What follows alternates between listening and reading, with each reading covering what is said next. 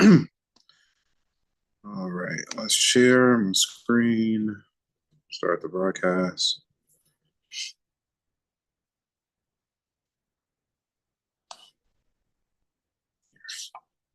Nope, here.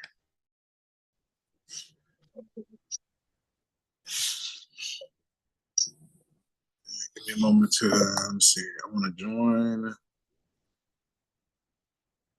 this one here.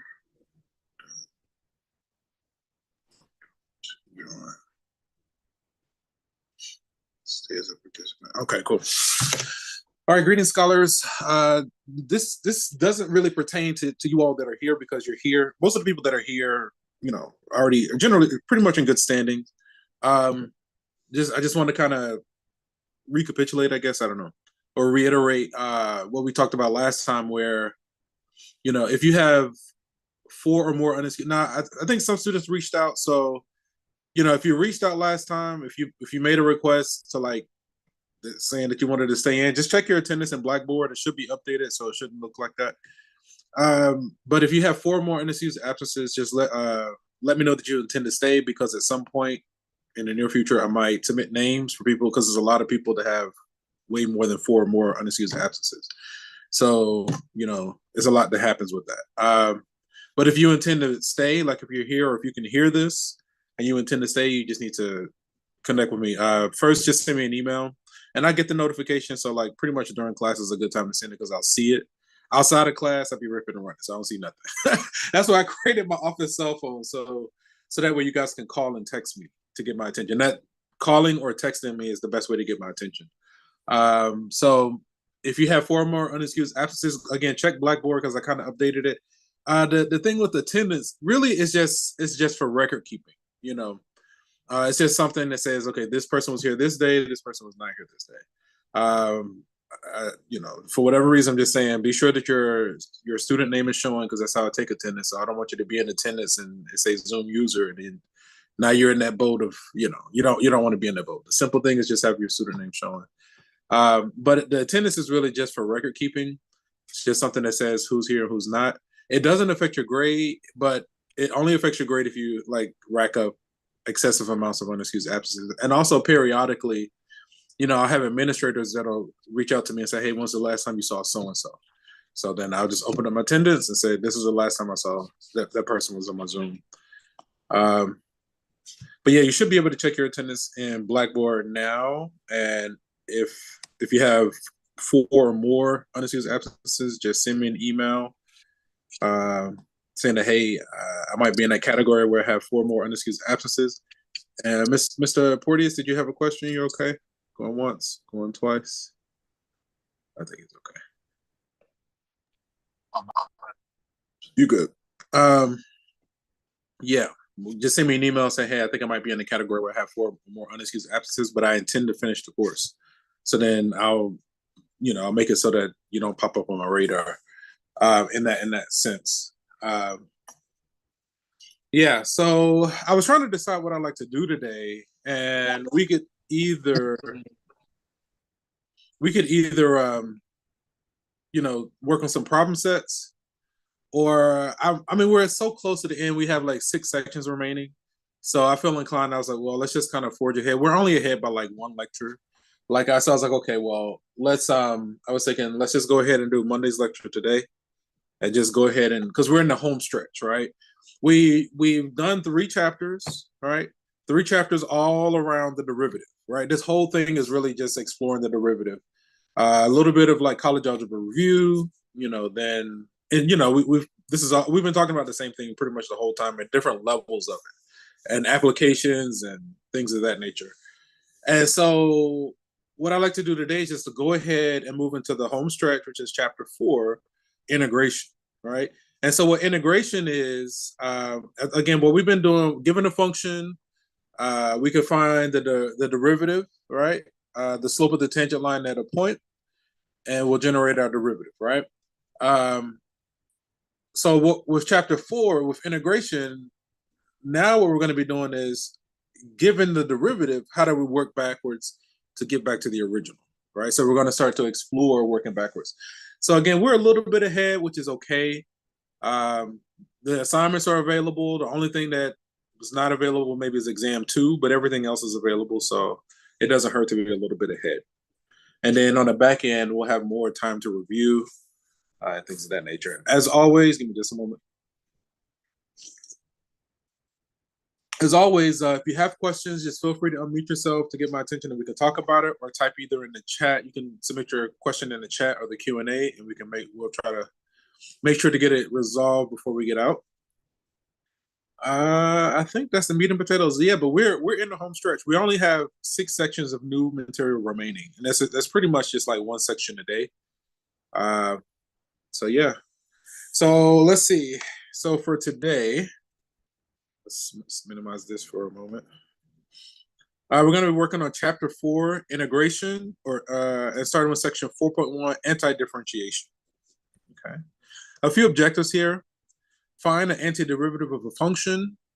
Evaluate indefinite integrals using basic rules of antidifferentiation. Use initial conditions to determine an antiderivative. Okay. So the antiderivative of f is a set of functions f of x plus c such that the derivative with respect to x of f of x plus c equals, or I guess the capital F, we call that the antiderivative of f plus c equals f of x. The constant c is called the constant of integration, right? All right, so the antiderivative of the capital F is going to be some function such that when we take the derivative of that antiderivative plus some constant, that derivative is going to give us the original function f of x, all right? And c, again, is called our constant of integration because, again, when we take the derivative of a constant, that goes to 0. Sorry. I'm drinking this like, what is this? Soda water. Just water with carbonation. So it got me all like bubbly. Let's see. All right, Mr. Bolden. Well, I'll be sure to update that. Don't worry about it. Okay, let's see what else we got. So integrals and integration, anti-differentiating is often called integration. To indicate the antiderivative of x squared, which is going to be x cubed over 3 plus c, rewrite the integral of x squared dx equals x cubed over 3 plus c, where the notation integral, where's my pen? Oh. That would have been bad and funny and embarrassing at the same time. Let's see right here. Where this notation, the integral of f of x dx, is used to represent the antiderivative of f, right? So instead of writing that capital F, we'll write it like this. Okay. More generally, the integral of f of x dx is going to be equal to the antiderivative of f plus some constant, where the antiderivative of f plus c is the general form of the antiderivative of f, right? So just a little bit of nomenclature. The main thing is here is the integration symbol, right? So we're introducing the integration symbol, right? And again, the integral, again, we're going to start exploring techniques on how we find the antiderivative of a function. One of them is kind of introduced here a little bit. Let's keep going now. So to determine these indefinite integrals, that is, find the antiderivative of each integrand. Okay. So we're looking for, like, for instance, for part A, we're looking for some functions whose derivative is 8. Right? Any takers? Anybody feel like they know that one? The derivative of what function equals 8? Anybody got that going once? So, for instance, what is that one going to be? 8x plus some constant, right? Because the derivative of 8x is 8. The derivative of a constant is 0. So then the derivative of this guy is going to be our 8 that we were looking for. Yeah, that should be it. I'm just going to, why does this feel weird? Just going to highlight it. All right, so I guess I'll just launch into the techniques. So to take the integral of a squared function, right? Now, at first glance, you know, if you're trying, you want to function so that when you take the derivative, we get an answer of 3x squared, right? So at first glance, you might think, let me think, hang on, maybe.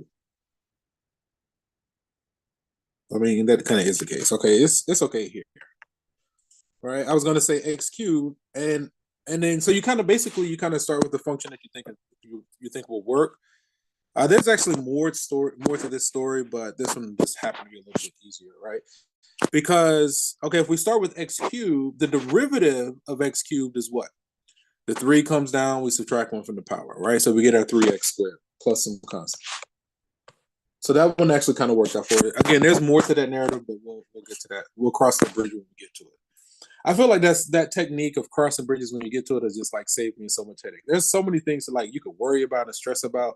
Unless like I know the bridge is like right around the corner. Generally, what I do with certain things is I'll make a plan for it and then I put it out of my mind just so I can have free space in my mind. I'm not worrying about this and that and like stressing myself out over nothing. And half the time, I never cross the bridge. I never get to that point, you know? So, you know, no need to sit there and make up all these stories in my head. Just make a plan for something. If it really bothers me that much, make a plan for it and then release it. So anyway, that's neither here nor there. Okay, so with C, I'm tempted to just do because I know E is its own derivative, so I'm just gonna do E to the X plus C. And then once you get these results, you know, you just take the derivative real quick to check to make sure that it works out, right? The derivative of E is itself. The derivative of a constant is 0. So then I think we're good to go there. And I want to say du over u, the one that has that derivative is what? The natural log of x plus some constant.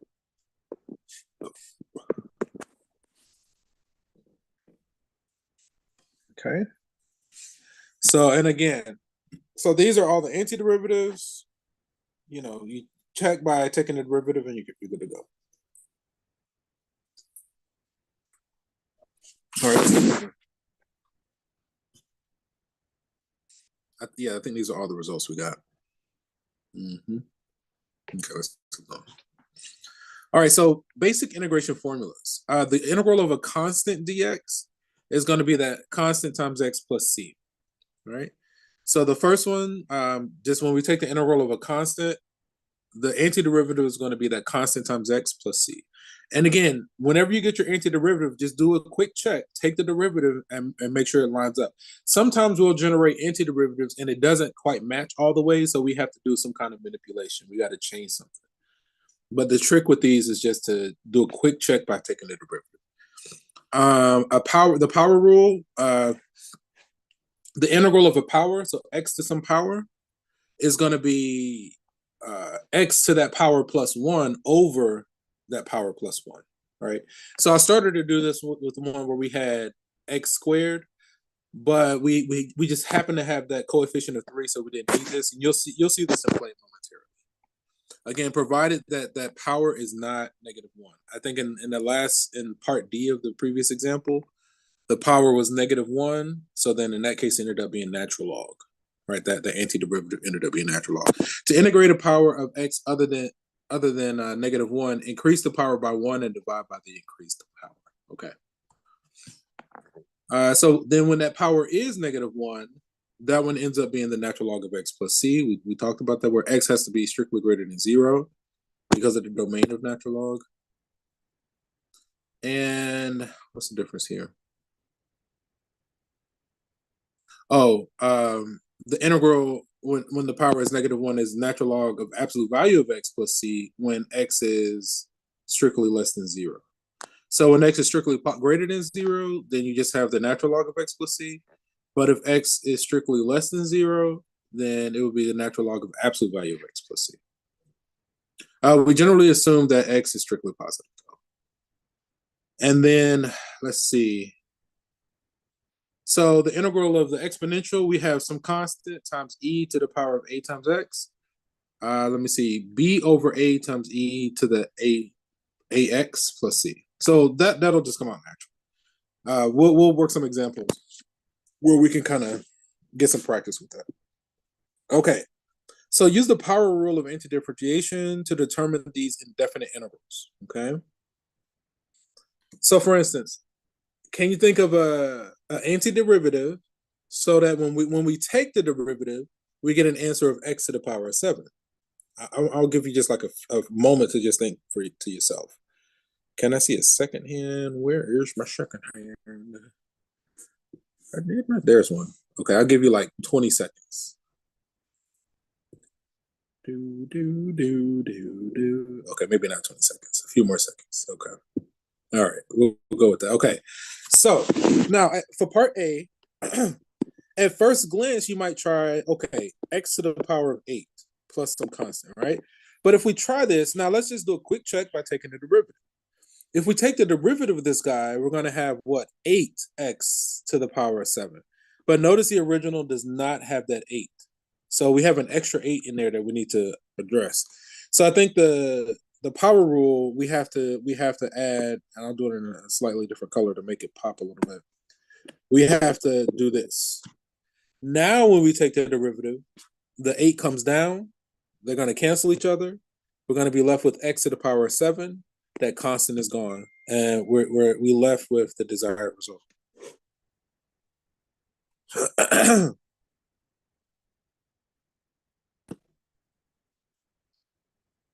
Okay, let's try for B. Let's see if we can do the same thing, right? So when we go, it's a power rule, right? So we add 1 to the power and divide by the new power, right? So then it should be x to 100 over 100 plus some constant. All right. We take the derivative. That power of 100 comes down, cancels the 100, and we're left with x to the power of 99, and the constant is gone. Okay. I think I'm going to do C over here. That's like a typo. I guess I'll.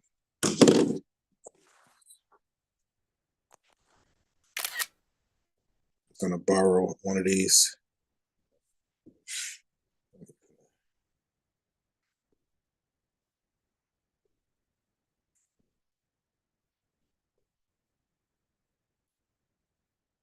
Should have chose the first one in hindsight. Oh, I don't even need that. Oh, let me.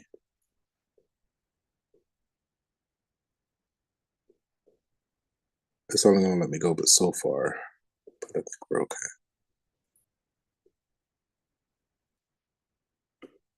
I'll hit this. Now, hopefully, it'll let me shrink it down. Let's see if I can get it to the right size.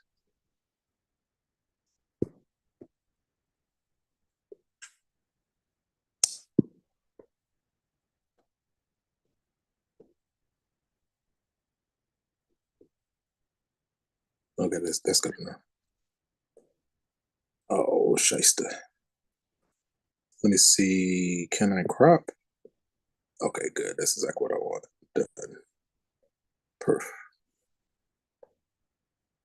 That's good.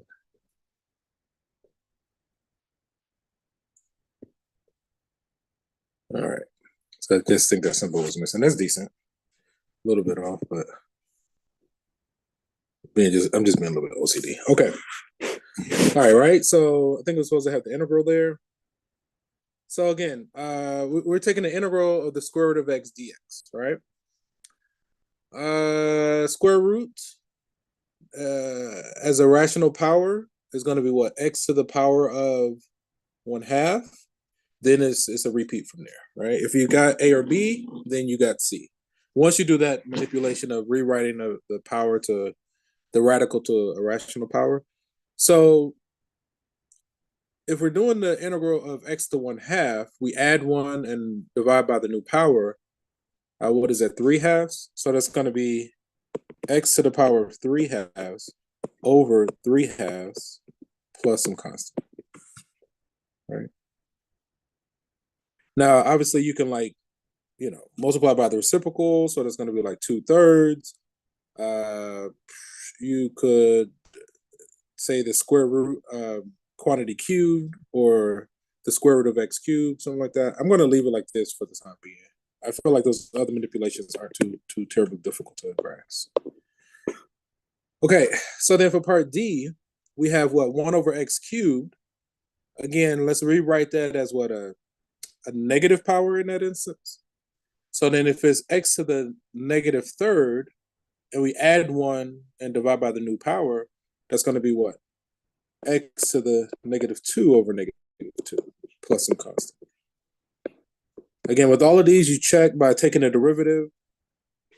Power comes down, constant is gone. Let's see how the book wrote all of these.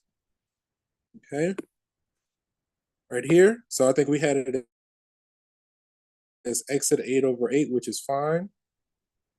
B, right here. X to the 100 over 100, okay.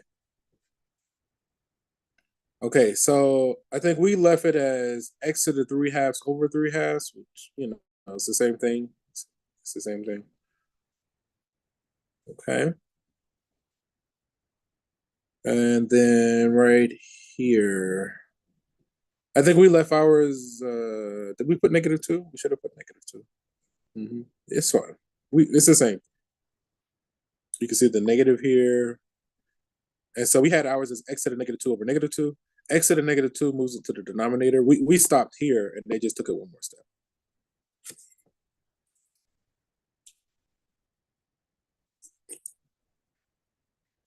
This weather has been phenomenal these past few days. After we had that ridiculous lightning storm or whatever that storm was, that thing was wild. So much beautiful lightning, but anywho.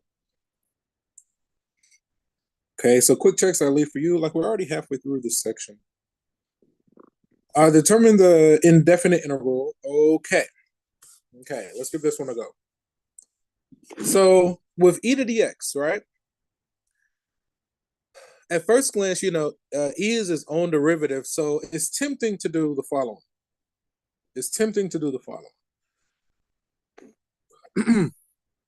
So we might try to do e to the 4x plus some constant, right? But if we take this derivative, the derivative of this guy is going to be e to the 4x times 4. So there's an extra 4 in there that we need to account for. We account for it by doing this. And our claim is that this is the antiderivative. Now, when we go to take the derivative, e is its own derivative times the derivative of the power. So it's going to be times 4. The 4s are going to cancel. The constant is going to go away, and we're going to be left with e to the 4x. All right, so this is our derivative. Hopefully that made sense. It initially, like with these antiderivatives, they kind of start out as quote unquote guessing check, but then you start to catch the rhythm, and then you're like, oh, okay. Then it's really not guessing check.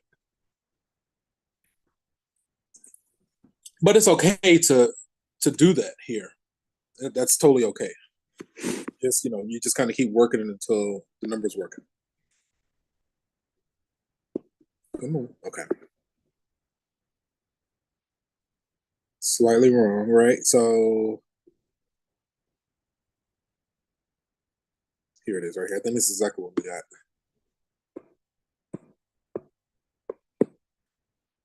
Okay.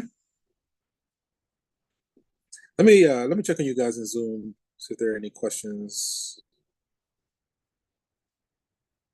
Okay, let's see. Okay, no worries. Let me yeah, I seen you guys popping in and out. I figured I know this technology. I know how temperamental it can be. I mean, how it gives me trouble at times. So it's like, you know, I feel like when you're doing a remote course, you just gotta always have like a contingency plan, just because the technology can be unreliable. So it's okay. Just make an effort, really. Just really make an effort and be a genuine effort, not just an effort, right? Okay, so we have this theorem 3. So we have some properties of antidifferentiation. Property 1, the integral of a constant times f of x dx, essentially you can factor out that constant. It's going to be the same as the constant times the integral, right? Let me say that one more time. The integral of the constant times the function is going to be the same as the constant times the integral. The integral of a constant times the function is the constant times the integral. Yeah, that's fine. Essentially, you can factor out the constant and preserve the equality, preserve the solution set. The integral of the sum or difference is going to be the same as the sum or difference of the integral, right? So you can visualize it like you're distributing the integral sign across addition and subtraction. That's not what we're doing, but equality is preserved. Again, the integral of the sum or difference is the same as the sum or difference of the integrals. All right, so you can kind of split it with the integral in this fashion. Okay, that's fine. Yeah, my device. There we go. All right, so determine these indefinite integrals. Assume that x is strictly greater than 0. Okay. I guess for this one, all right, we'll apply what we just introduced in the previous slide. Okay. So we had a couple of properties. We said the integral of the sum is the same as the sum of the integrals. We also said the integral of a constant is the same as the constant time the integral. So I'm going to apply those two properties in one go. All right. So for instance, for part A, this is going to be the same as 3 times the integral of x to the 5 dx plus 7 times the integral of x squared dx plus, as you can just leave it, I'm going to say 8 times the integral of dx. All right. Okay. So that was me applying the integral of the sum is the sum of the integrals, and also the integral of a constant is the constant times the integral. Okay. So now, these integrals are a lot more simple to process. Now it's a repeat of what? The power rule, all right? Okay. So the first guy, the integral of x to the 5 is going to become what? X to the 6 over 6. That 3 comes down. Okay. Plus 7 times x to the 3 over 3 plus 8. The integral of 1 is just x plus some constant, right? Each of these individual integrals have their own constants, but you can condense those down into one constant at the end through the commutative property of addition, things of that nature.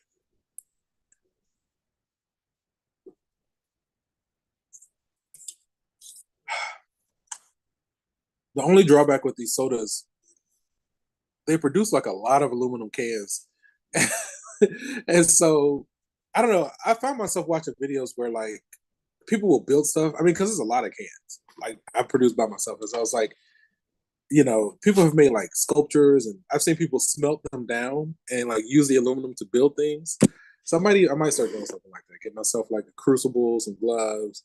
Start learning welding. Get myself like a torch and stuff and start building stuff. I just don't want to be so wasteful. I'm like, okay, I know it could be used for something.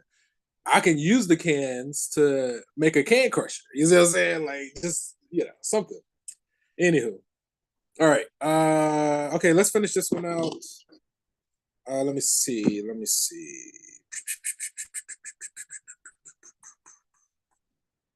Okay, it's really not that many manipulations. That turns to a 2. I'm trying to conserve my space. Uh-oh. So that's going to be what? X to the 6 over 2 plus 7 over 3 x cubed plus 8x plus some constant. Okay? And so with this, we get this antiderivative again. Just check by taking the derivative to make sure it works out. So the derivative of that first term, the 6 comes down. Now the coefficient is a 3, x to the power of 5. That one checks out. We take the derivative of that second term. The 3 comes down. They cancel. We're left with 7x squared. That checks out. The derivative of 8x is 8. That checks out. And the derivative of a constant is 0, so it's gone. So that checks out. Okay. So A looks pretty good. That's about the best we can do. And now for B, with this one, it looks like we can rewrite it. Let me see. Before I'll do B over here, but I just want to make this little change real quick. So I'm going to distribute a 1 over x into the numerator, right? So first I'm going to rewrite it as, okay, that's going to be what? 4x to the minus 1 plus 3 plus 2x cubed. I'll go like this, dx. Okay. And then I'm going to go from there to here. So from that star to here. I know it's a little bit out of order, but yeah. Okay. So now we're going to take the integral of this new guy. Now that first term, we have that what? 4x to the minus 1. It might be tempting to add 1 and divide by the new power, but then we're going to be dividing by 0, right, if we do that. So that's why that integral is actually the natural log, right? I could rewrite it. I'm just not going to. Like the little extra step I did in part A, I'm just not going to do that in B. I'm just going to kind of get to the answer. So the integral of x to the minus 1 is what? The natural log of x. So that one should be 4. Hang on.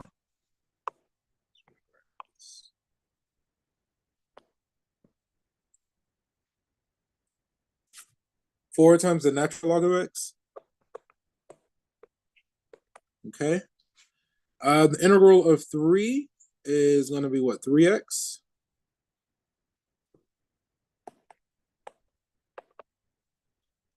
And then the next one, if we add 1 to the power, that's going to be x to the 4 over 4, which reduces down to x to the 4 over 2 plus some constant.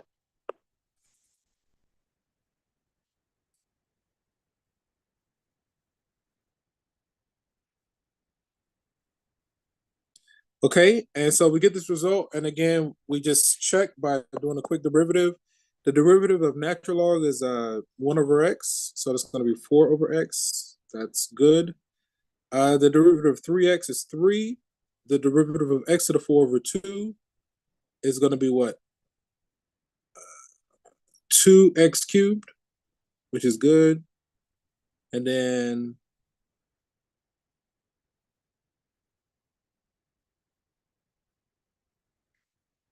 factor out 1 over x from everything. Something like that. Yeah. Okay. So we got these results. They do check out. We were able to get back to the original. So, or factor out an x, something like that. Let me see. So we antidifferentiate each term separately. That's fine.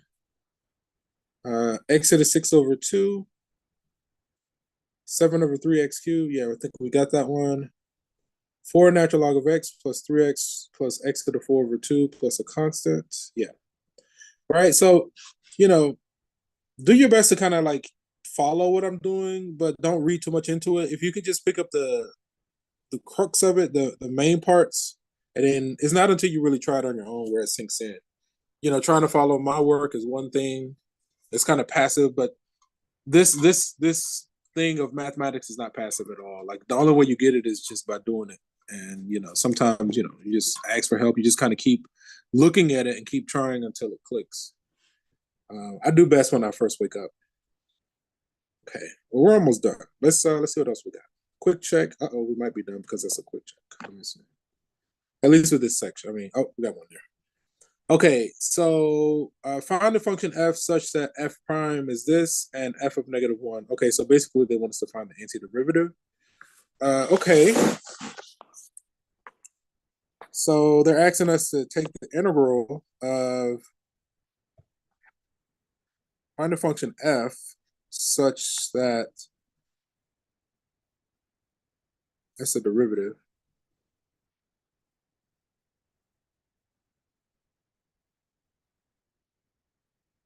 Okay. Okay, so I'm going to write it like this. I'm just going to,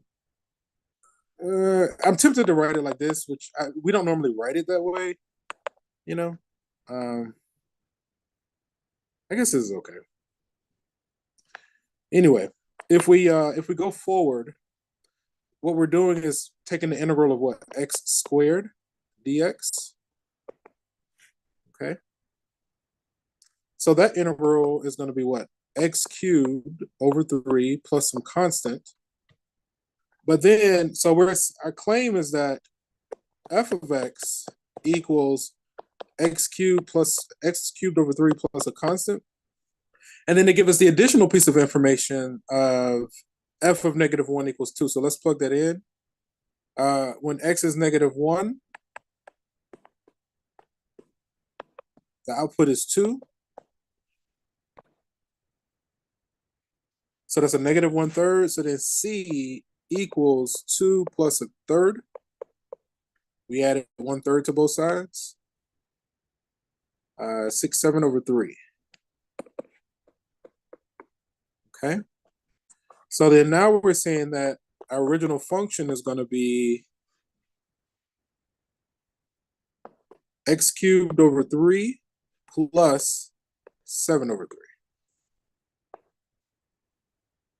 So that additional piece of information allowed us to solve for c in this case, for that constant of integration, right? So, okay, we can do a quick check. The derivative needs to be x squared, so the 3 comes down and cancels. We have our x squared. The derivative of a constant is 0, so that's gone. So now we have the proper derivative, and then when x is -1, we should get a result of 2. -1 cubed is -1 over 3 plus 7 over 3, which is going to give us 6 over 3, which is 2. So it checks out. So far, it's not too bad. I feel like it's not too bad, but I mean, I'm speaking as a professor. I don't know, what you all are experiencing being remote. That's I try to make it as clear as I can as possible and try to be patient because this is a little different, but come on. I would feel like, yeah, try to be patient. Will you hurry up? Talking to my device. Okay. I think we're good. Yeah, let's keep moving. Okay, so the summary. What's the time? We got a good amount of time, like 35 minutes. Okay, I don't want to do another section, even though I could. What I'll do, we'll start going through some of the homework. So I'll add a page. And we can work on, right now, I'll probably work on 4.1, but honestly, we can work on anything from any section. So if you have like a request, this is a good time. Seamless. I know some of y'all's be like, some of these questions are off the see. Okay. So I will say this. So I'll say this. Right now I'm kind of in a good mood and I'm lax, so I'm not gonna make a big deal about it. But if I notice guys coming in like late after the 15-minute mark, I'm liable to like start locking out the session at the 15-minute mark. So when we hit 15 minutes, what I used to do in the past is I would lock it out. So then if you're after the 15-minute, then that's an unexcused absence. But I'm not doing that right now just because it hasn't been excessive. I'm just saying, just as a warning, like, hey guys, just try to be here as best you can. So that way I don't do stuff like that because you don't want to get caught up in that. Okay.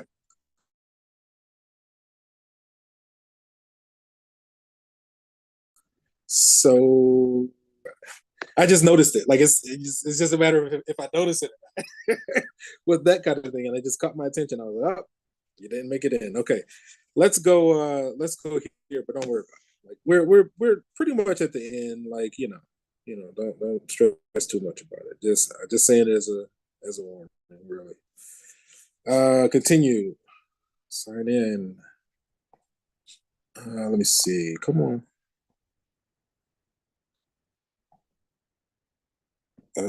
7%. Allow. All right. Let's see if we get this done.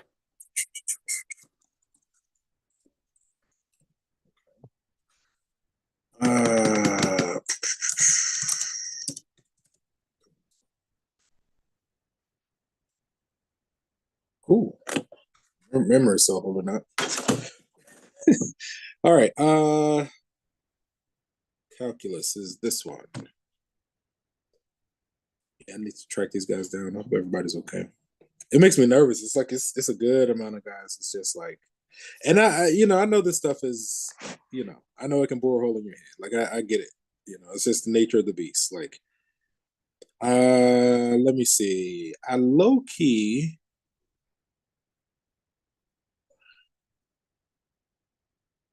I do have a study guide I can use.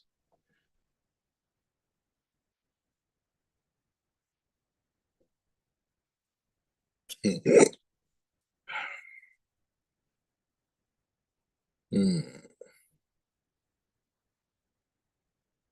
Okay. Hmm.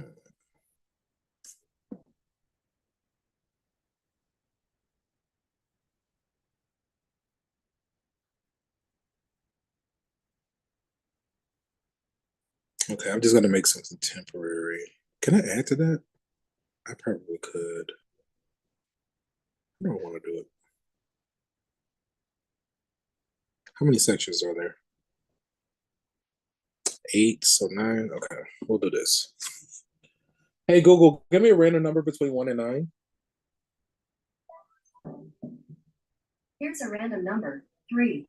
Okay.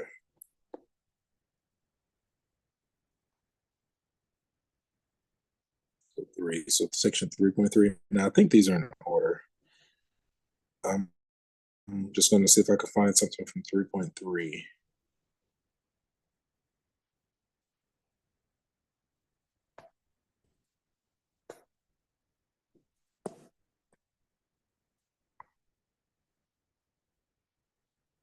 Okay, so that's not going to matter, but that's earlier. How far does this one go? Hey Google, give me a random number between 1 and 150. 24. Okay, that's fine.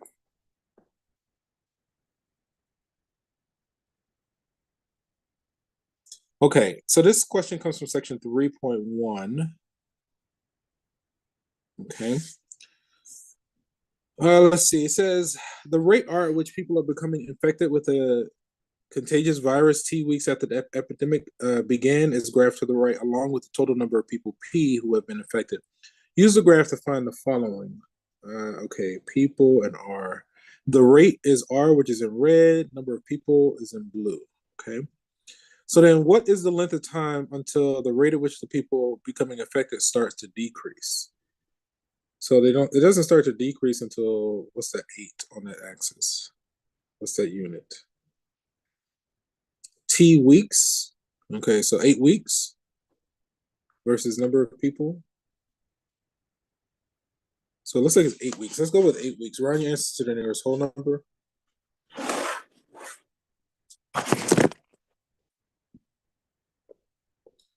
Let's go to 8 weeks. All right. Okay. So what is the maximum number of people infected per week? Number of people infected. That's the rate. Max.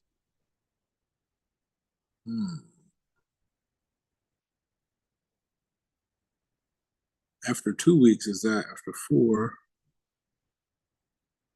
the rate. So it looks like it's 25, right? At first I was thinking using the blue chart, but I'm like, no, that's not making sense. But per week, 2 per week, 4 per week, I'm gonna go with 25 from the red, from the rate. So 25.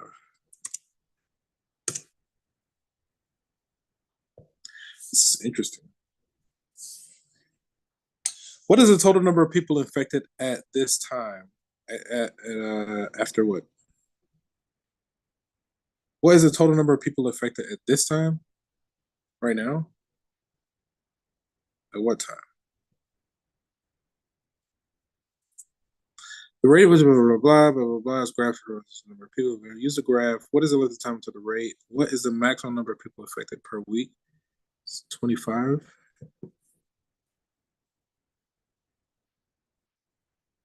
Oh, the total number of people infected? That's P, right?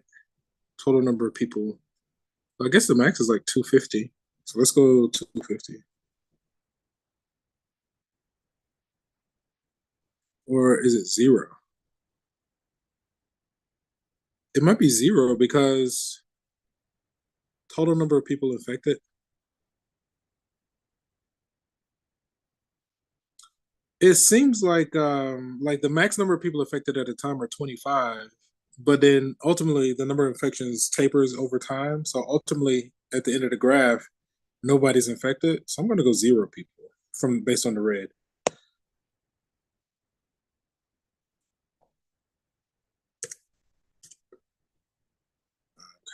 Well, let's try 250 then.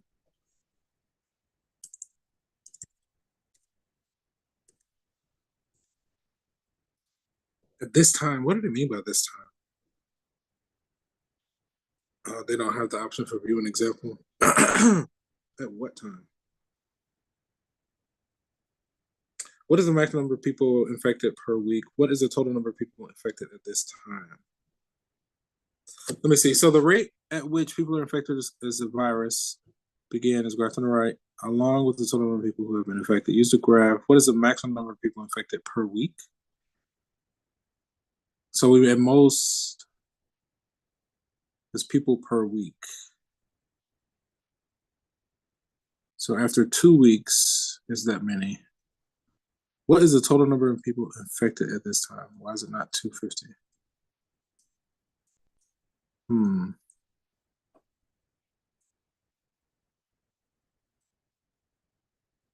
People per week at 8 weeks? Maybe it's 125? That's the only other thing I could think because I wasn't clear on what they meant by with their time. Let's go 125. We're gonna see the result momentarily anyway. Okay, so at 8 weeks, okay. And see, normally, these questions will have view an example. When I get stuck, I use the view an example. I wasn't sure what time they meant, but I guess that makes sense because the previous part said, what is the maximum number of people infected per week? So that's 25 people per week. That happened at 8 weeks. So then it said, the next one said, what is the total number of people affected at this time? So that time was 8 weeks. So then at 8 weeks, there were 125 people. So that's where they came from. Okay, well, that was interesting. Let me see. So what is the total number of people infected throughout the life of the epidemic? So at 2 weeks, we had, do we need the area under this or is it just 250? Total number of people, let's go 250. I think this one might be 250.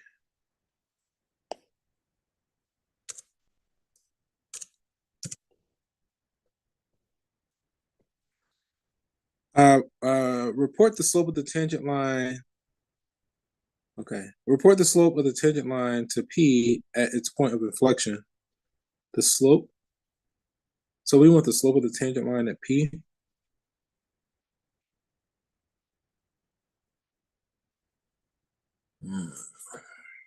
Let me think about this. Because I don't think we have a function. What a slope is the rate of change.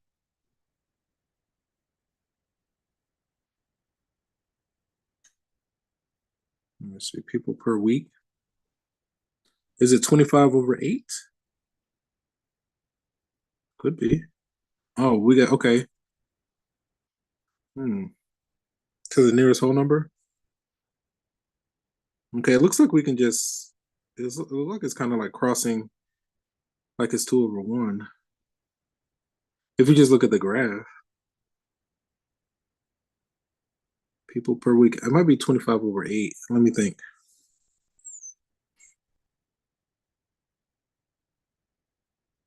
Slope of the tangent line. It looks like it's 2 if you just count the slope. Like if you just do it rise over run. Let me try 2. Let's see what happens. If that doesn't work, I'm not confident in 25 over 8 though. Let's just try 2. Let's try 2. Okay, since R equals the rate equals P prime, use a graph of R. r equals the derivative. So it's the slope of the derivative gives us the slope of the tangent line at the point. So that is a derivative.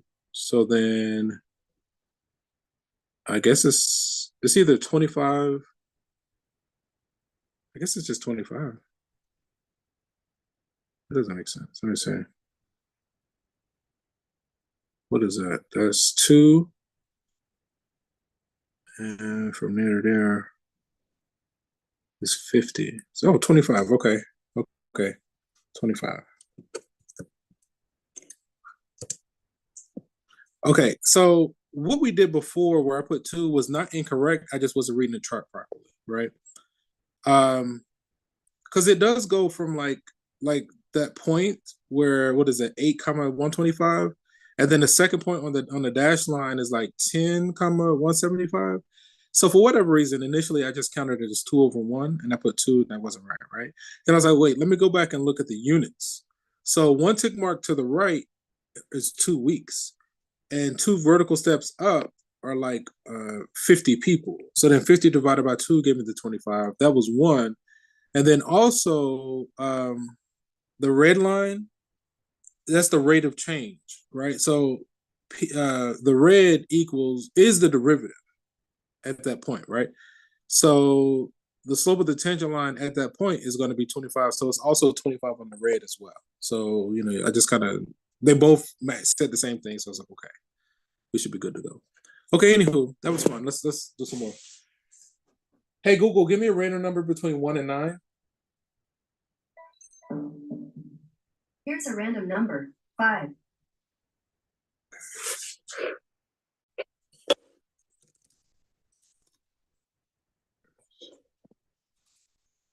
We'll go to question 115.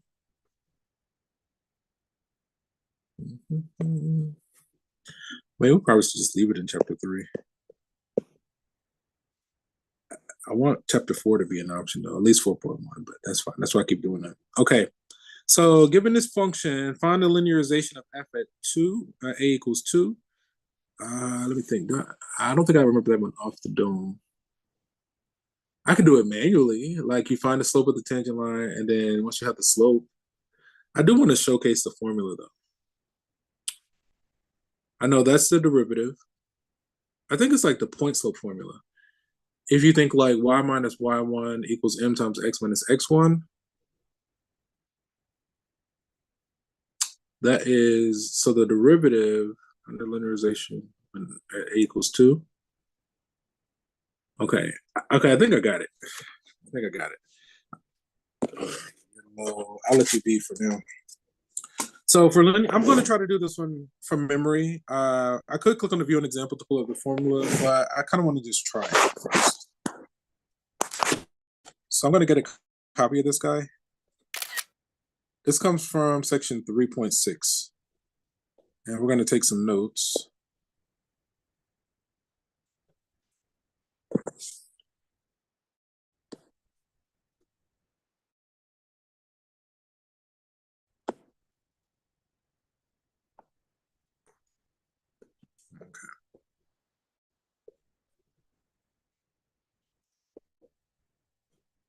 All right.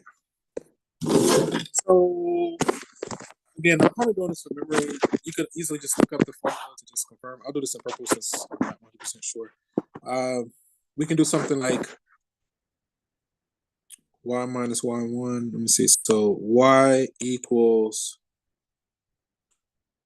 m, our slope, which is going to be f prime, I think it's f prime of a times x minus a plus f of a.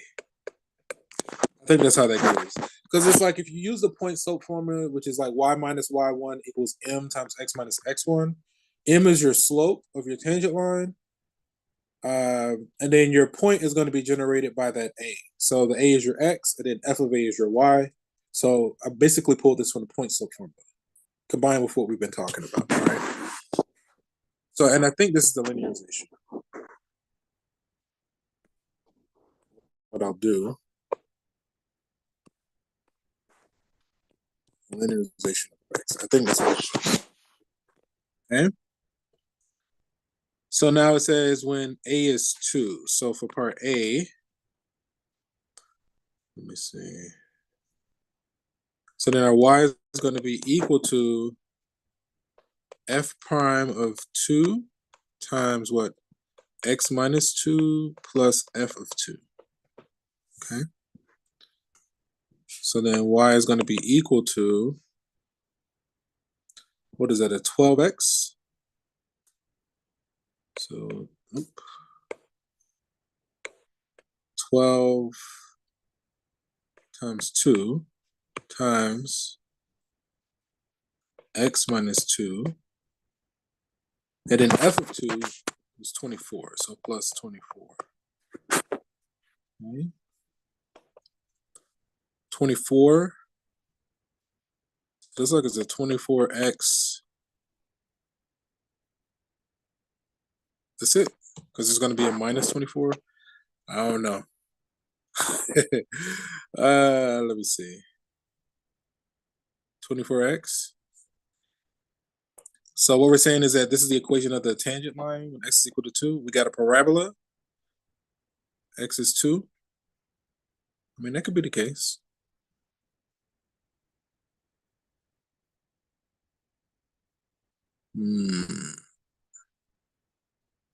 No, that's not right. There's something else. I see what I'm missing. So 12 times 2 is what? 24 times negative 2 is a negative 48. Plus 24 is negative 24. So there's an additional negative 24. Okay. I feel better about this.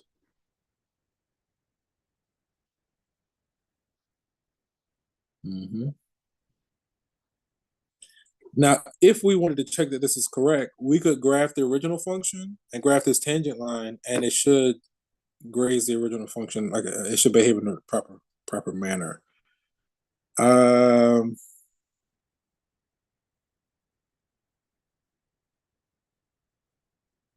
The derivative is 12x. When x is 2, the slope is going to be 4. Yeah, I mean 24. Okay, I'm going to go with this. I use the linearization to approximate 6 times 2.1 squared. Okay, I got to think about that one.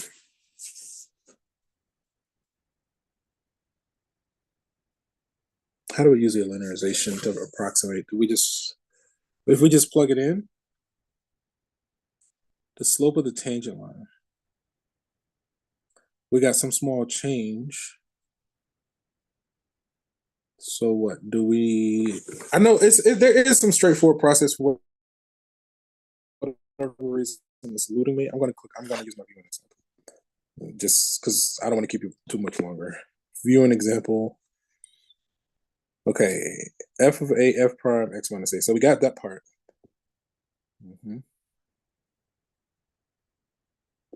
So they did all the parts separately, which is fine. Then you put it together.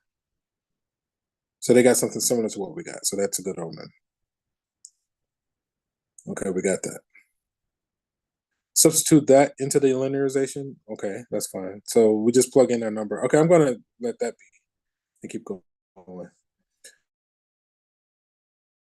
So what we can do is plug in 2.1 into this linearization, and that'll be our approximation. So then B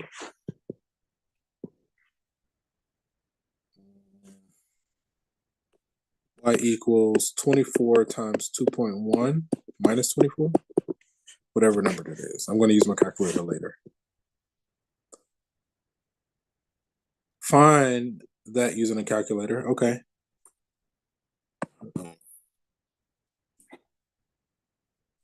I saw somebody else doing, but he may have been coming and going. I don't know. We'll use the calculator for part C as well, and then we want the difference. Okay. Well, let me pull up my calculator. Hopefully, I don't run out of time. And let's go ahead, put you right there.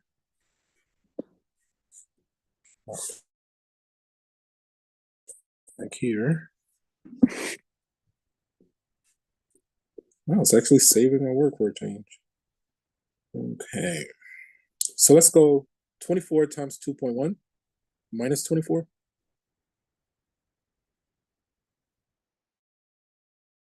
So we got 26.4 when we did it here.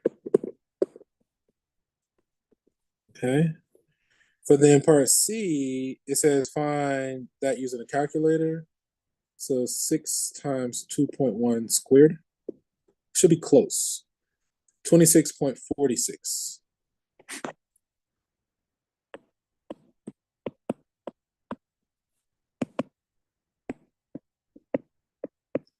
So I think one of the theorems says that like the linearization, you know, is something along the lines of that it's a good it's approximately equal to the value at that point. You can use the linearization to approximate values. You can use it to get approximations. Okay. What's the difference between the approximation and the actual value? So 0.06.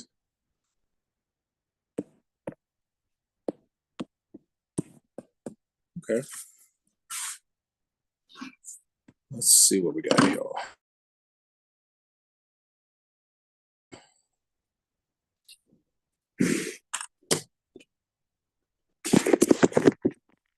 Well, we got 24x minus 24.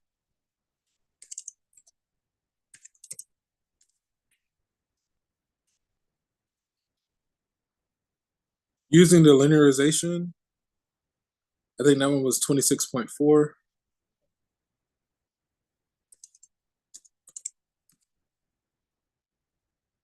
Using the calculator, it was 26.46.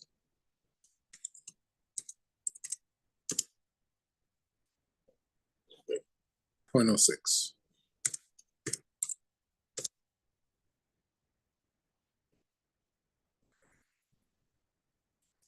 I think I'll let the last one be from 4.1.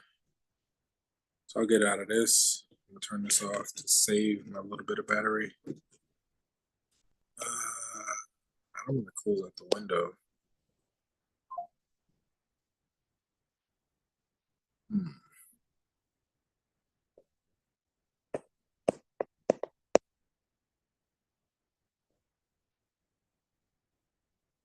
I'll get out of this. Guess I gotta close out the window.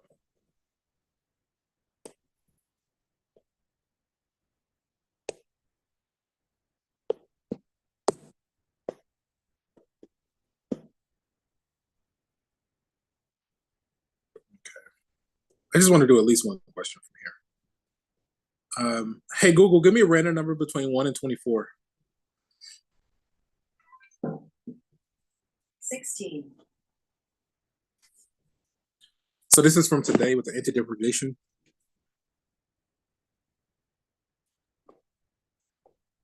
Okay, solve the following integral. The answer can be determined using rules of antidifferentiation, but some algebra may be required beforehand. Okay. I feel like I can take my notes here. I'm going to take notes here just for the interest of time. So we worked an example like this during class. We were dividing by monomial, so we can distribute, distribute the 1 over u to the 5th. In other words, divide all terms by u to the 5th. So that first term is going to become u squared. Oh, let me turn this on. That might help. U squared.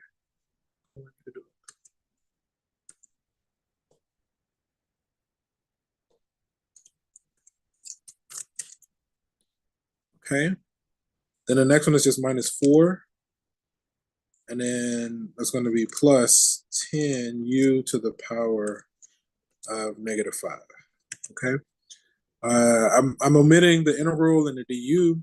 So now when we go to take the integral or to find the antiderivative, we use the technique of adding 1 to the, we kind of explored several techniques, but here we're just going to add 1 to the power, divide by the new power. So that's going to be u to the power of 3 over 3 minus 4u minus, it's going to be what? 10u to the minus 4 over 4. We already accounted for the negative. And then we need to simplify, so it becomes what, 5/2?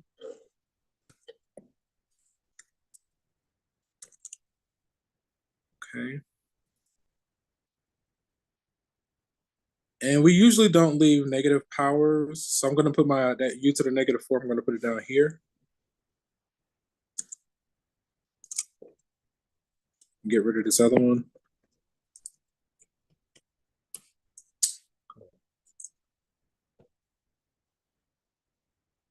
This will be the last one. It's just a little bit of a tantrum. Oh no. The whole thing. Okay. I think that's good.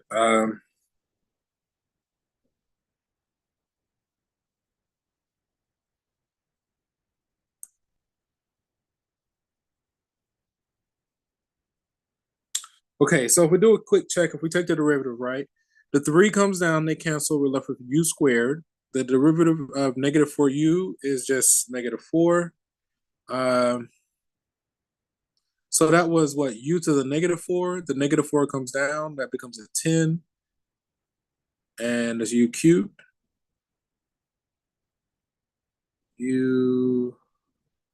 No, it becomes u to the -5. I think this is good. This looks good. And then here, we're going to say plus some constant. I'm going to get rid of everything else, get rid of my notes, and just kind of go with it. Let me submit. Yeah, my oh, shiesty. Let me look at it again. Do I have some extra stuff in there? I think I do. I think my keyboard conked out on me. Right here, right there, right there. Come on. How can I show my keyboard? I need a keyboard. There we go.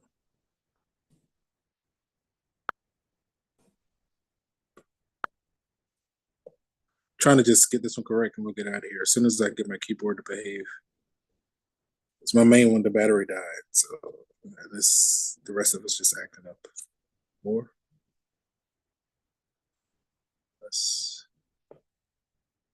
Where is that option? Settings, screen keyboard. Okay, wait, it looked like it updated. No. I think it's here. Okay. All right, so let me check. Maybe that 4, does that 4 need to go? I think that 4 needs to go. Okay, so when we take the derivative, the 3 comes down, we're left with u squared. See, that's why I kind of wanted to keep it. I think that one's fine. I think this is good. I'm just gonna go with it. If I get it wrong, then, you know. Yeah, I think what happened before is my keyboard died while I was erasing my notes. And I don't know. It's just temperamental, but we got it. Okay. Are there any burning questions before we go our separate ways? Going once, going twice. So okay, so we did section 4.1 today, so we're one section ahead. Maybe one or two, but so on Monday we'll work on section 4.2. I think it's pretty much one section a day from here on out, and we're pretty much in the home stretch. It's okay that we're a little bit ahead. Again, you have access to everything. The homework is there, quizzes are there. The only thing that's not there is exam 2. That'll come as we get closer to the end of our, it's scheduled to be there towards the end of chapter 4. I can't think of anything else. Just try to, guys, do your best with attendance. Please be here early. Again, I potentially might start locking out the sessions at the 15-minute mark. I've been avoiding it just because it shouldn't be necessary. But if I notice people trickling in, I might start locking the door, and then you won't get in, and then but I'm trying not to do that. Also, if you are in here and you check your attendance in Blackboard, if you have 4 more unexcused absences and you intend to finish the course, either send me an email and reach out to me. You can either text or call in addition, saying, hey, I might be in that category, but I intend to finish. Please don't purge me, right? So that way I can be sure not to purge you. I had at least one student do it. message me during class. I'll just try to make sure that that's updated.